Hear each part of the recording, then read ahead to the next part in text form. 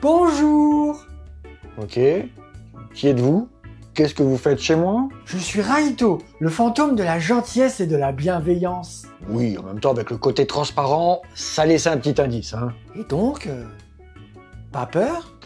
Oh, si vous savez, je suis plus à ça près. Ah, pour moi c'est une première. Eh ben, faut bien une première fois à tout. Bon, qu'est-ce que vous faites chez moi? Eh ben voilà, je vous observe depuis un long moment. Attendez, comment ça, vous m'observez depuis un long moment? Alors, vous savez, une fois qu'on est mort, on finit vite par s'ennuyer. Je m'en fous, moi, je veux pas qu'on m'observe. Oui, bon, ben je le ferai plus alors. Merci, Je peux reprendre?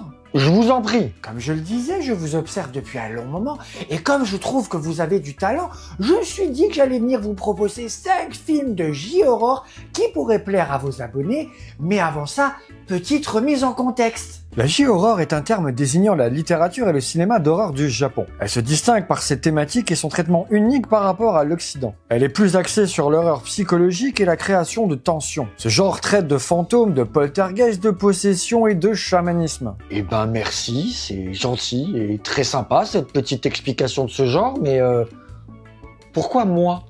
Parce que je veux dire, des youtubeurs qui parlent de films de genre, il y en a plein, et il y en a plein de beaucoup plus connus que moi, en fait. Oui, je sais, mais eux n'ont pas besoin de moi, alors que vous méritez un petit coup de boost. Ah oui? Eh ben, je sais pas trop quoi répondre à ça, en fait. Ne répondez pas, et laissez-moi vous présenter le premier film de la sélection.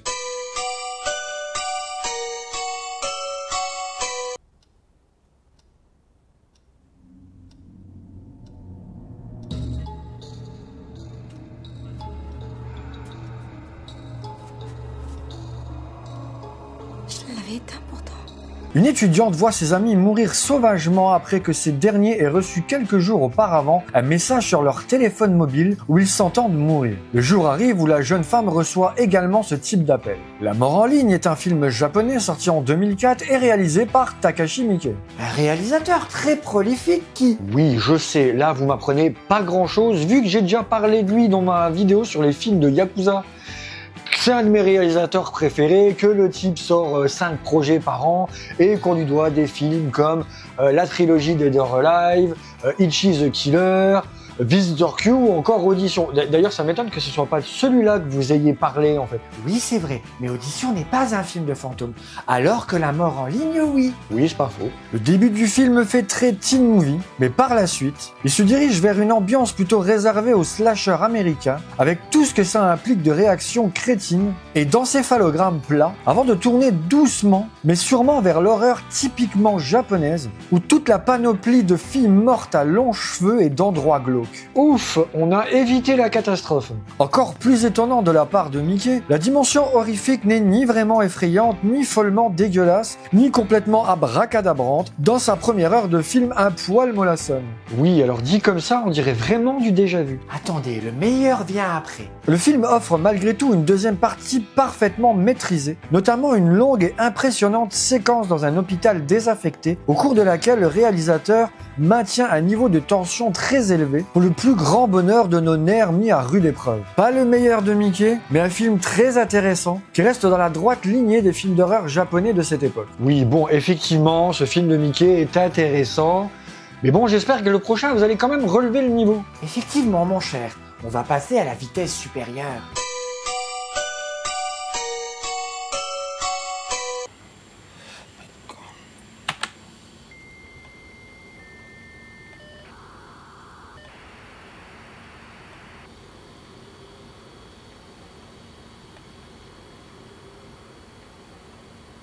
Taguchi, un jeune informaticien, est retrouvé pendu dans son appartement. Sous le choc, ses collègues cherchent à en savoir plus sur ce suicide. inexplicable. La victime a laissé un mystérieux message contenu dans une simple disquette. De toute évidence, celle-ci recèle un virus qui contamine ses utilisateurs et a de graves répercussions sur leur comportement. Keiro est un film japonais sorti en 2001 et réalisé par Kiyoshi Kurosawa. Mais ne vous y méprenez pas, aucun lien de parenté avec le réalisateur des 7 samouraïs. Ah mince! Kurosawa sera aussi connu pour des films comme Cure en 1997, Rétribution en 2006 ou encore Tokyo Sonata en 2008. Ah ok, des films intéressants en gros. Exactement, et son film Keiro en fait aussi partie. Keiro n'est pas simplement un film d'horreur, c'est une critique détournée d'une société qui, face au progrès matériel, finit par régresser humainement. Les valeurs se perdent, on s'exile au lieu de partager, et le monde pleure. Ici, la solitude prend la forme d'un fantôme, une personne disparue que l'on finit par oublier, qui revient de temps en temps nous hanter. Du petit incident dans la chambre d'étudiants se répand ce mal mystérieux, allant jusqu'à contaminer le monde entier. Kurosawa veut montrer ici que sans changement, c'est la planète qui court à sa perte. Vision un peu trop péjorative que je ne partage pas totalement, mais qui a le mérite d'être intéressant à traiter. Ce qui fait que ce film fonctionne, c'est son ambiance et ses choix de réalisation. La mise en scène est très minimaliste et accompagnée par une caméra fixe et lente qui semble elle aussi fantomatique. Comme moi.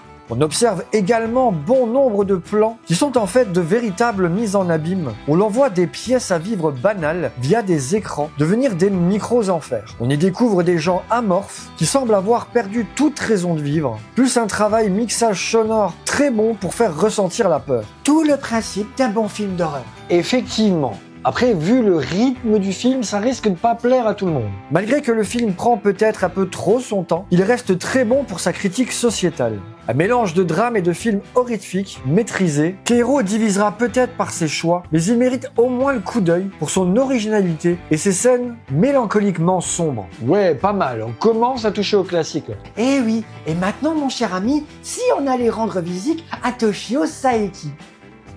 Pardon ?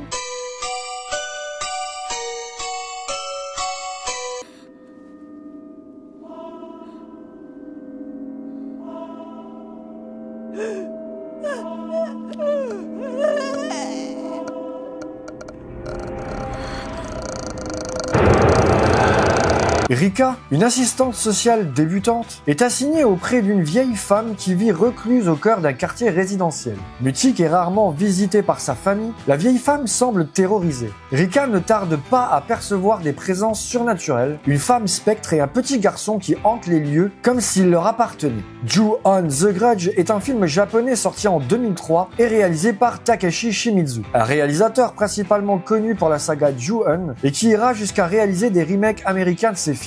Ah ouais, effectivement. D'ailleurs, j'avais bien aimé le remake du premier avec Sarah Michelle Gellar, probablement parce que c'est Shimizu qui a été le faire lui-même et qu'en plus il l'a tourné en grande partie dans la maison dans laquelle il avait tourné le premier. Par contre, à partir du deuxième... Ah bon? Vous n'aimez pas les deux? Ah non, non, non. Pas vraiment, pas du tout même. En fait, pourquoi ça? Non, pour rien. Ju-On The Grudge fait partie des grandes réussites du cinéma d'horreur japonais. Ils contiennent des scènes de flip complètement hallucinantes. Et pas besoin d'effets spéciaux de fous furieux. Ici, tout semble avoir été fait avec 3 bouts de ficelle et malgré tout, cela fonctionne très bien. On est très loin des méthodes américaines à la Blumhouse. Au niveau du scénario, ça ressemblerait presque à un film à sketch, bien que ça ne soit pas vraiment le cas. En fait, il s'agit de plusieurs segments qui se centrent à chaque fois sur un personnage en particulier, dont le prénom est également le titre du segment en question. Et tous ces personnages ont comme point commun d'avoir été en contact avec une maison hantée par des fantômes. Exactement comme nous depuis le début de cette vidéo. Mais vous me hantez pas, vous me proposez des films. Oui, mais au début, vous avez eu peur.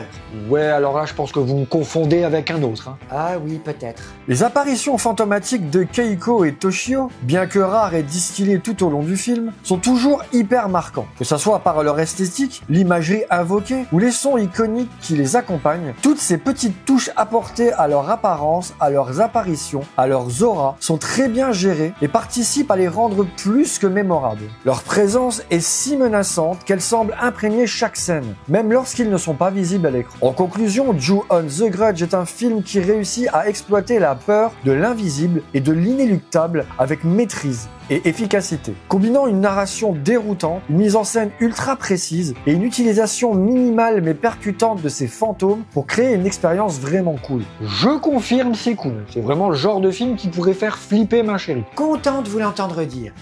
Avez-vous un parapluie à proximité?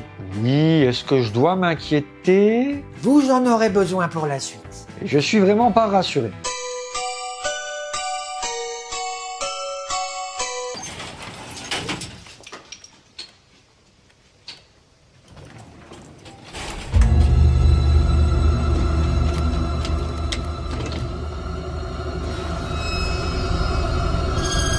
Yoshimi vient de divorcer. Elle élève seule, dans des conditions difficiles, Ikuko, sa fille âgée de 6 ans. Pour améliorer leur quotidien, elle décide d'emménager dans un appartement plus grand. Cependant, une fois sur place, les lieux se révèlent insalubres. Des bruits étranges retentissent à l'étage supérieur. Puis du plafond commence à tomber de l'eau qui lentement envahit le domicile. Darkwater est un film japonais sorti en 2002 et réalisé par Hideo Nakata.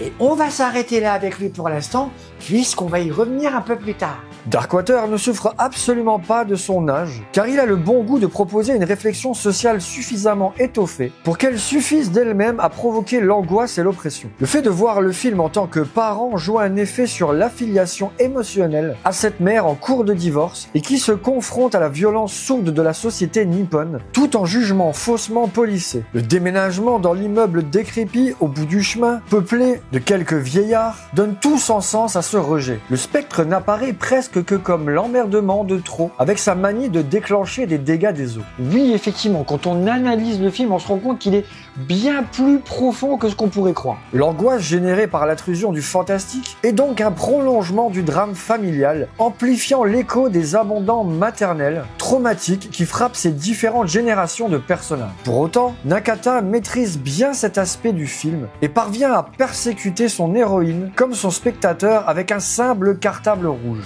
Ils sont forts, ces Japonais, quand même. Oh oui. Vous imaginez si nos films feraient pareil?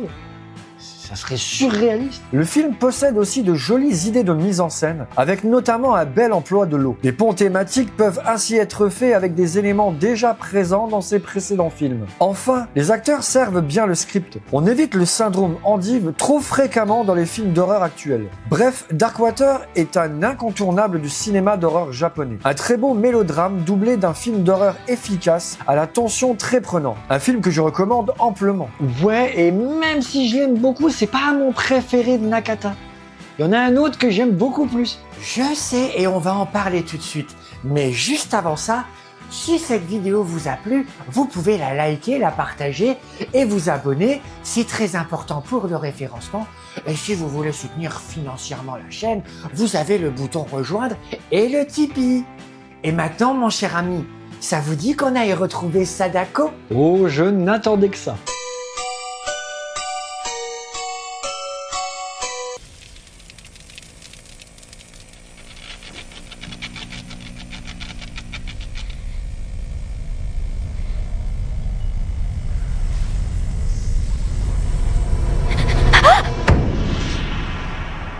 Un soir, seul à la maison, deux adolescentes se font peur en se racontant une mauvaise blague. Une étrange rumeur circule à propos d'une cassette vidéo qui, une fois visionnée, déclenche une terrible malédiction. Une mort annoncée 7 jours plus tard. Ring est un film japonais sorti en 1998 et réalisé par Hideo Nakata, qui a aussi réalisé Darkwater comme dit précédemment, mais aussi d'autres films tels que Ring 2 ou encore Kaidan. Et là, je vais prendre la parole parce que je pense que pour ce film, il faut que je donne mon avis qui est très personnel, vachement plus qu'à l'accoutumée.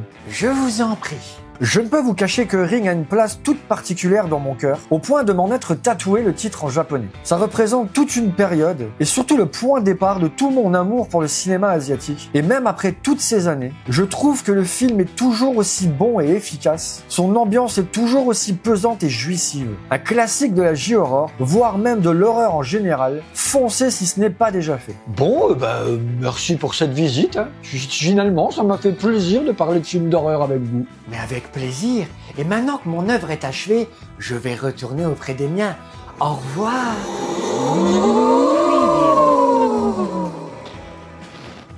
Preview.